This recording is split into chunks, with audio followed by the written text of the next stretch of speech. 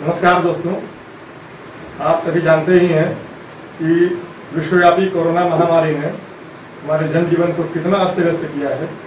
बच्चों की पढ़ाई लिखाई बुरी तरह प्रभावित हुई है और स्कूल जाने वाले बच्चे अब घर पर ऑनलाइन पढ़ाई करने को मजबूर हो गए हैं। ऑनलाइन पढ़ाई भी कितनी कारगर है यह बताने की आवश्यकता नहीं है।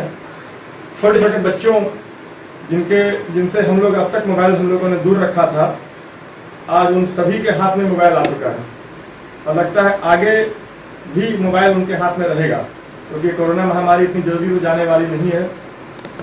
ऐसी स्थिति में जो है हम बच्चों को घर पर क्या संस्कार दें, किस प्रकार से उनको पढ़ाएं लिखाएं। और आजकल के बच्चे जो भारतीय संस्कृति, सभ्यता और परंपराओं को बिल्कुल ही भूल चुके हैं, बिल्कुल भी नहीं जानते हैं, उनको किस प्रकार से हम सही शिक्षा दे सकते हैं, ये मैंने एक प्रयोग किया अभी इस लॉकडाउन में। आप ये भी जानते हैं कि संयुक्त परिवार की परंपरा भी अब भारतीय समाज में नहीं के बराबर रह गई है। एकल परिवार में माँ बाप जो है जॉब करते हैं, अपने बच्चों पर उतना ध्यान नहीं दे पाते जितना एक समय संयुक्त परिवार में दादा दादी दिया करते थे और अपने बच्चों को भारतीय धर्म ग्रंथों के बारे में बताया करते थे और पुराणों की कथाएं, रामायण महाभारत की कथाएं उनको सुनाया करते थे। अब वो माँ बाप नहीं दे पा रहे। ऐसी स्थिति में अपने बच्चों को किस प्रकार इस लॉकडाउन में और समय को बचाते हुए हमने एक प्रयोग किया कि महाभारत की कथा को किस प्रकार से छोटे बच्चों को महाभारत को पढ़ाया जा सकता है, उसको सिखाया जा सकता है। मेरे साले सूरज कुमार मोदी, जो मेरे साथी मेरे घर पर यहाँ रहते हैं दिल्ली में, मैंने एक प्रयोग किया, उनको मैंने प्रेरित किया कि तुम इस ग्रंथ को संक्षिप्त रूप में इसका अध्ययन करो और फिर हम लोग कभी इस पर एक प्रश्नोत्तरी करेंगे।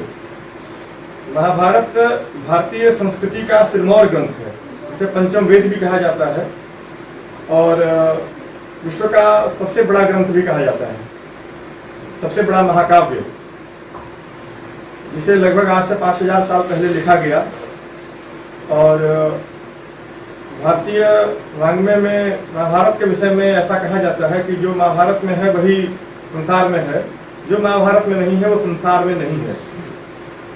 इसलिए महाभारत जो मैंने बचपन में कक्षा 3 में इतिहास की पाठ्यपुस्तक के रूप में पढ़ा था और बाद में मेरे पिताजी अपनी पुस्तकों की दुकान में भी महाभारत रखते थे। गीता प्रेस की महाभारत जो 2 खंडों में प्रकाशित है और 6 खंडों में संपूर्ण महाभारत भी प्रकाशित है, उसका भी मैंने बाल्यकाल में ही अध्ययन किया था।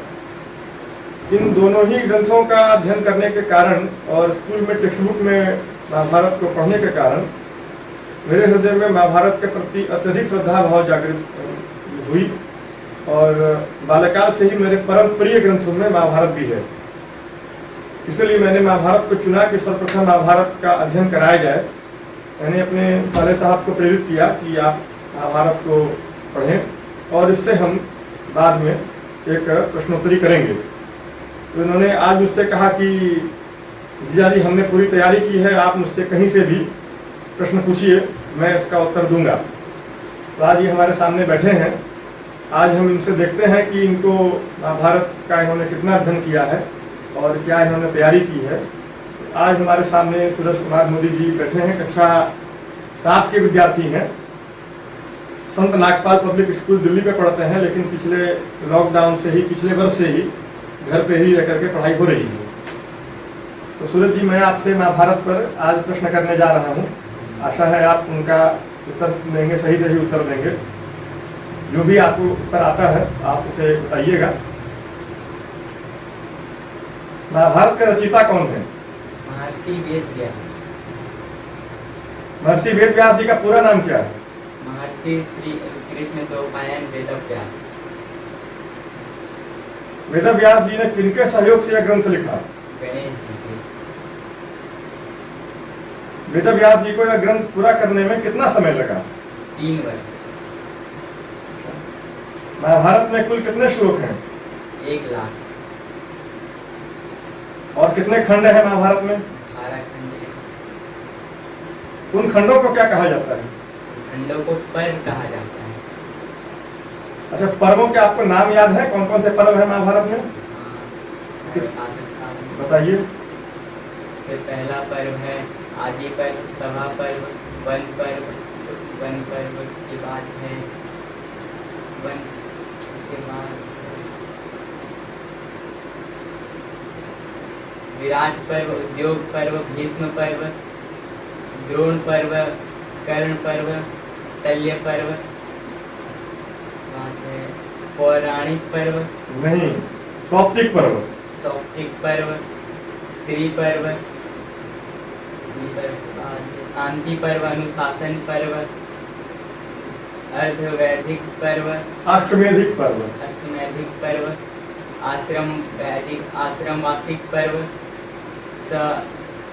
मौसल पर्व, प्रास्थानिक पर्व, महाप्रास्थानिक पर्व और फिर है स्वर्ग स्वर्ग स्वर्गारोहण पर्व। स्वर्गारोहण पर्व। बहुत अच्छा, बहुत अच्छा।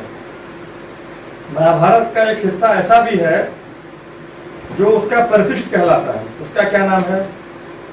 इसका नाम है हरि पुराण, हरिवंश पुराण। हरिवंश पुराण। पहला पर्व कौन सा है? पहला पर्व है आदि पर्व। अंतिम पर्व कौन सा है? स्वर्गारोहण पर्व। स्वर्गारोहण पर्व। सबसे बड़ा पर्व कौन सा है? शांति पर्व।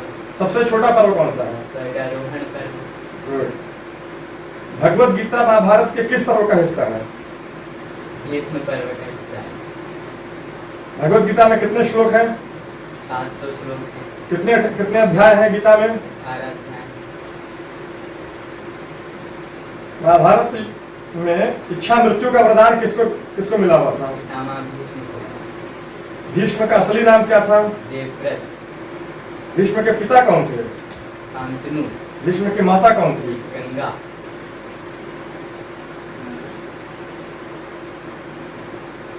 पांडु के कौन से भाई अंधे थे? धृतराष्ट्र। धृतराष्ट्र की कितनी संतानें थी? 101 संतानें थी, उसमें से 100 पुत्र थे, एक पुत्री थी। पुत्री का क्या नाम था? पुत्री का नाम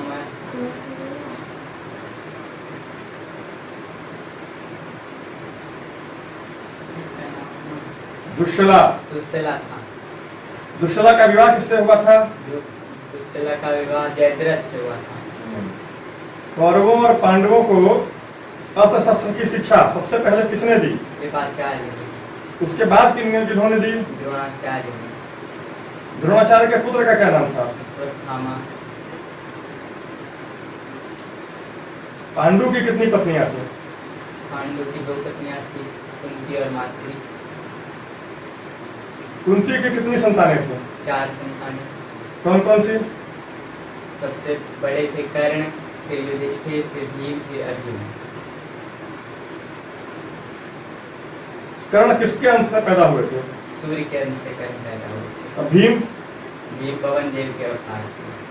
पवन देव के अंश से, है ना? कर्ण का पालन पोषण किसने किया था? अधिरथ ने, साथी अधिरथ ने। अधिरथ किसके सारथी थे? धृतराष्ट्र के साथी थे। कौरवों में सबसे बड़े कौन थे? दुर्योधन। जब दुर्योधन का जन्म हुआ था उसी दिन एक पांडव में से भी किसी का जन्म हुआ था, वो कौन थे? भीमसेन का।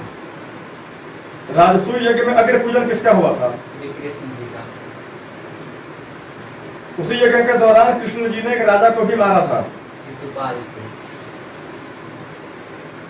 विष्णु सहस्त्र नाम महाभारत का ही एक हिस्सा है, किस पर्व में है? वो अनुशासन पर्व में है। बहुत सुंदर। हस्तिनापुर राज्य वर्तमान में किस जगह पर है? दिल्ली के पास ही मेरठ में। जब हस्तिनापुर का विभाजन हुआ था दूसरे टुकड़े का क्या नाम था? खांडवप्रस्थ। खांडवप्रस्थ। उसके बाद क्या कहलाया? इंद्रप्रस्थ। इंद्रप्रस्थ वर्तमान में क्या है? दिल्ली। विदुर किनके बेटे थे?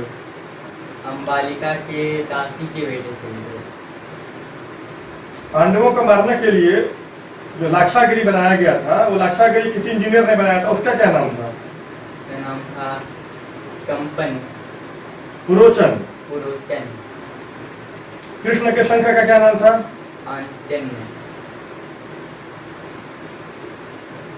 जब पांडव लोग अज्ञातवास में गए तो कितने समय का अज्ञातवास था?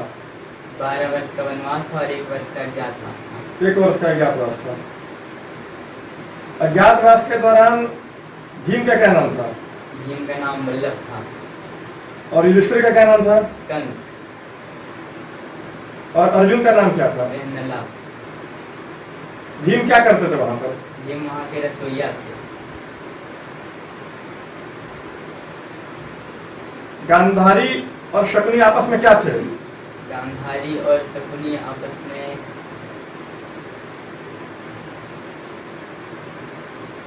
आपस में वो लोग बुआ भाई बहन थे। भाई बहन। शकुनी दुर्योधन का मामा लगते थे, दुर्योधन के मामा थे, इसलिए दोनों भाई बहन हुए, है ना।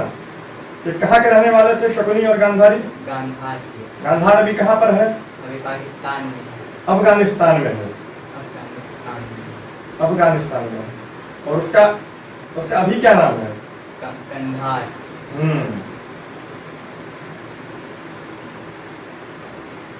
विराट के पुत्र का क्या नाम था?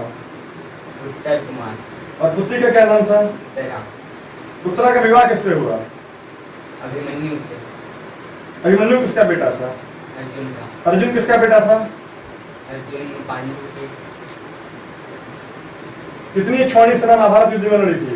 18 क्षौणी सेना। कौरवों की कितनी थी? 11 क्षौणी सेना कौरवों की थी। और पांडवों की? 7 क्षौणी सेना। कृष्ण की सेना किसके पक्ष में लड़ी थी? कौरवों के पक्ष से लड़ी थी। कृष्ण किसके सारथी थे? कृष्ण अर्जुन के सारथी थे। अर्जुन के रथ पर किसका फोटो बना हुआ था? हनुमान जी का। शल्य किनके सारथी थे? कर्ण के। अर्जुन के धनुष का क्या नाम था? गांडीव। अर्जुन के शंख का क्या नाम था? देवदत्त। अर्जुन की कितनी पत्नियां थीं? 4 पत्नियां थी। क्या आपको नाम याद है चारों पत्नियों का? हाँ। बताइए। सबसे पहली पत्नी थी द्रौपदी, दूसरी सुभद्रा, तीसरी गुरुपी और चौथी चित्रांगदा। सुभद्रा किसकी बहन थी? सुभद्रा श्री कृष्ण जी की बहन थी। सुभद्रा की शादी किससे हुई? सुभद्रा की शादी श्री अर्जुन से हुई। उन दोनों से कौन पैदा हुए? अभिमन्यु। अभिमन्यु की शादी किससे हुई? उत्तरा से। उससे कौन पैदा हुए? परीक्षित। परीक्षित के पुत्र का क्या नाम था? जन्मेजय।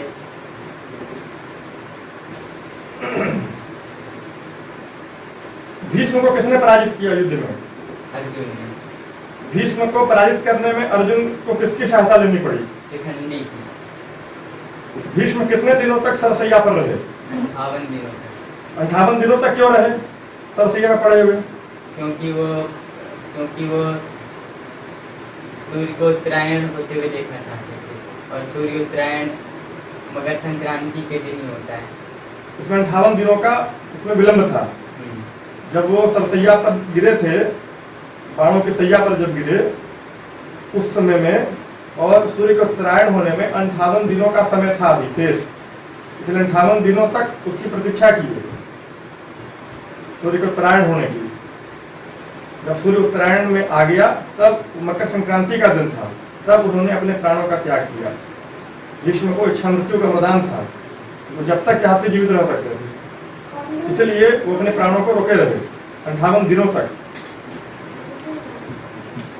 परीक्षित को मारने के लिए ब्रह्मास्त्र किसने चलाया? अश्वत्थामा ने। फिर परीक्षित को पुनर्जीवन किसने दिया? श्री कृष्ण ने। अश्वत्थामा ने जब ब्रह्मास्त्र चलाया, उसको रोकने के लिए पांडवों की ओर से भी किसी ने ब्रह्मास्त्र चलाया, वो कौन था? अर्जुन ने। पांडवों की ओर से राजगद्दी पर कौन बैठा? युधिष्ठिर।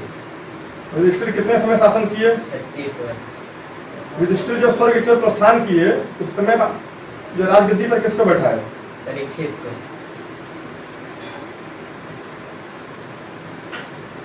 जरासंध कहाँ के राजा थे?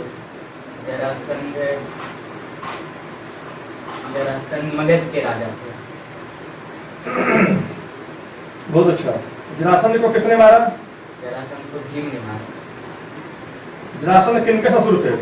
कंस के।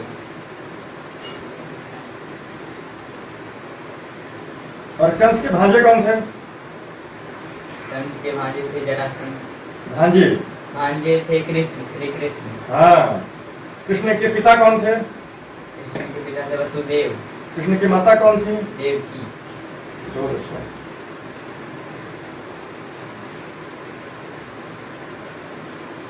मगध वर्तमान में कहाँ पर है? मगध वर्तमान में बिहार का एक बड़े राज्य को मगध वर्तमान में बिहार के एक बड़े राज्य में है। बिहार का एक बड़ा हिस्सा है मगध।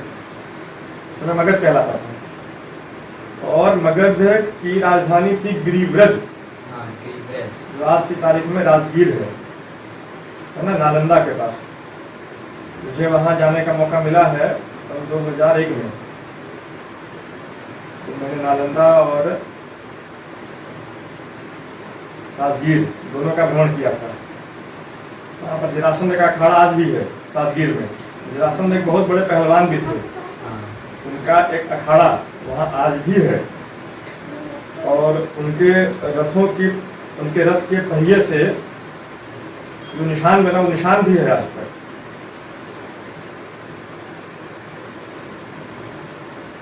पांडवों ने इंद्रप्रस्थ में एक सभा भवन बनवाया था। वो सभा भवन किसने बनाया था? वो सभा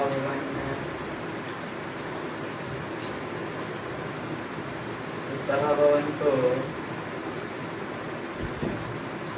मैदानों ने बनाया था। बनाया। स्वयंवर में द्रौपदी को किसने जीता था? अर्जुन ने। फिर द्रौपदी का विवाह किसके साथ हुआ? 5 भाइयों के साथ हुआ। बलराम किसकी ओर से लड़े थे? बलराम किसी और से नहीं लड़े थे, वो तीर्थ यात्रा के लिए चले गए थे। बलराम एक बार तो आए थे महाभारत में शामिल। 18वें दिन आए थे। वो गदा युद्ध देखने तीनों दुर्योधन थे। चक्रव्यूह का निर्माण किसने किया था? द्रोणाचार्य। चक्रव्यूह में कौन फंसा था? अभिमन्यु। अभिमन्यु की मृत्यु का जिम्मेदार कौन था? जयद्रथ। जयद्रथ को किसने मारा था? अर्जुन ने। बहुत सुंदर। पांडवों के सेनापति कौन थे? पांडवों के सेनापति धृष्टद्युम्न। और कौरवों के सेनापति कौन थे? भीष्म। कौरवों में क्या भीष्म ही सेनापति थे? नहीं, उसके बाद द्रोणाचार्य भी बने, उसके बाद कर्ण भी बने, उसके बाद शल्य भी बने। विराटनगर में कीचक का वध किसने किया था? भीम ने। घटोत्कच किनका बेटा था? भीम का बेटा था। और भीम किसके बेटे थे? भीम पांडु के बेटे। घटोत्कच का वध किसने किया? कर्ण। और कर्ण का वध किसने किया? अर्जुन ने। महाभारत में दिव्य दृष्टि किसको प्राप्त थी? संजय को। बहुत सुंदर। अश्वत्थामा किनका बेटा था? द्रोणाचार्य का। अश्वत्थामा की माँ का क्या नाम था? कृपि। बहुत सुंदर। कृपि किनकी बहन थी? कृपाचार्य की।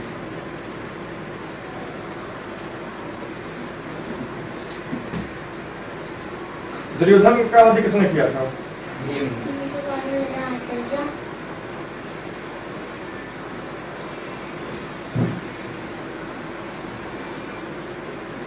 और दुशासन का वध किसने किया था? भीम ने। उनके 100 भाई को भीम ने ही मारा था।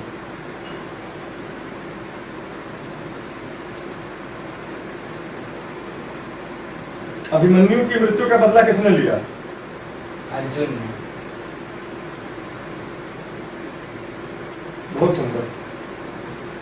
नकुल और सहदेव किनके अंश थे? अश्विनी कुमार के। अश्विनी कुमार कौन है? अश्विनी कुमार एक अपने देवताओं के वैद्य हैं। हाँ, देवताओं के वैद्य। और अर्जुन किनके अंश थे? अर्जुन थे इंद्र के अंश। अधिरथ की पत्नी का नाम क्या था? राधा। इसलिए कर्ण को राधे भी कहा जाता है। अर्जुन की माँ का क्या नाम था? कुंती। इसलिए अर्जुन को कौंतेय भी कहा जाता है। कृष्ण जी के चक्र का क्या नाम था? सुदर्शन चक्र। और उनके शंख का क्या नाम था? पांचजन्य। बहुत सुंदर।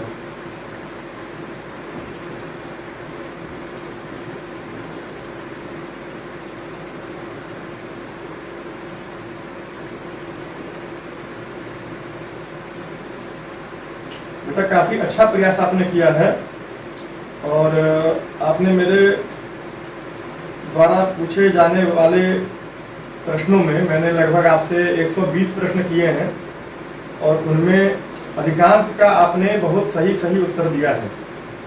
तो ये आपने बहुत अच्छी तैयारी की है। लगता है आपने इस सीरियल को काफ़ी गहराई से देखा और पुस्तकों में भी काफ़ी मेहनत किया आपने पढ़ने में। तो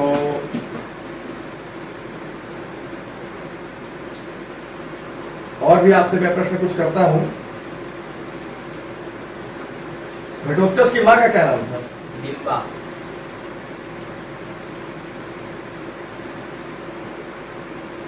कौरवों के पास कितनी क्षौणी सेना थी? 11 क्षौणी सेना।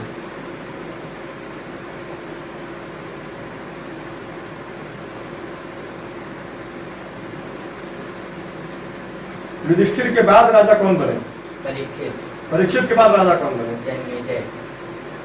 जन्मेजय के शासन काल में एक बड़ी घटना हुई थी। कौन सी घटना थी वो? नाग यज्ञ करवाया था उन्होंने। क्यों करवाया था? क्योंकि उनके पिता को एक नाग ने काट दिया था। गुड, बहुत सुंदर।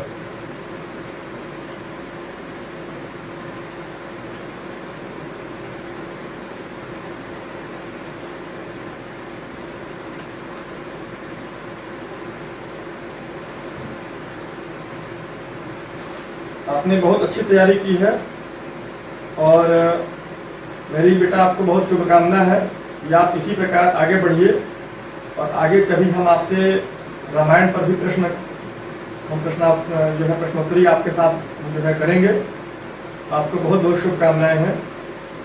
तो मित्रों, आपने देखा कि इस 13 वर्ष के बच्चे सूरज ने महाभारत की काफ़ी अच्छी तैयारी की और इसने मेरे द्वारा लगभग 125 प्रश्न इससे मैंने किए हैं, जिनमें से इसने लगभग सभी के बहुत ही अच्छे उत्तर दिए।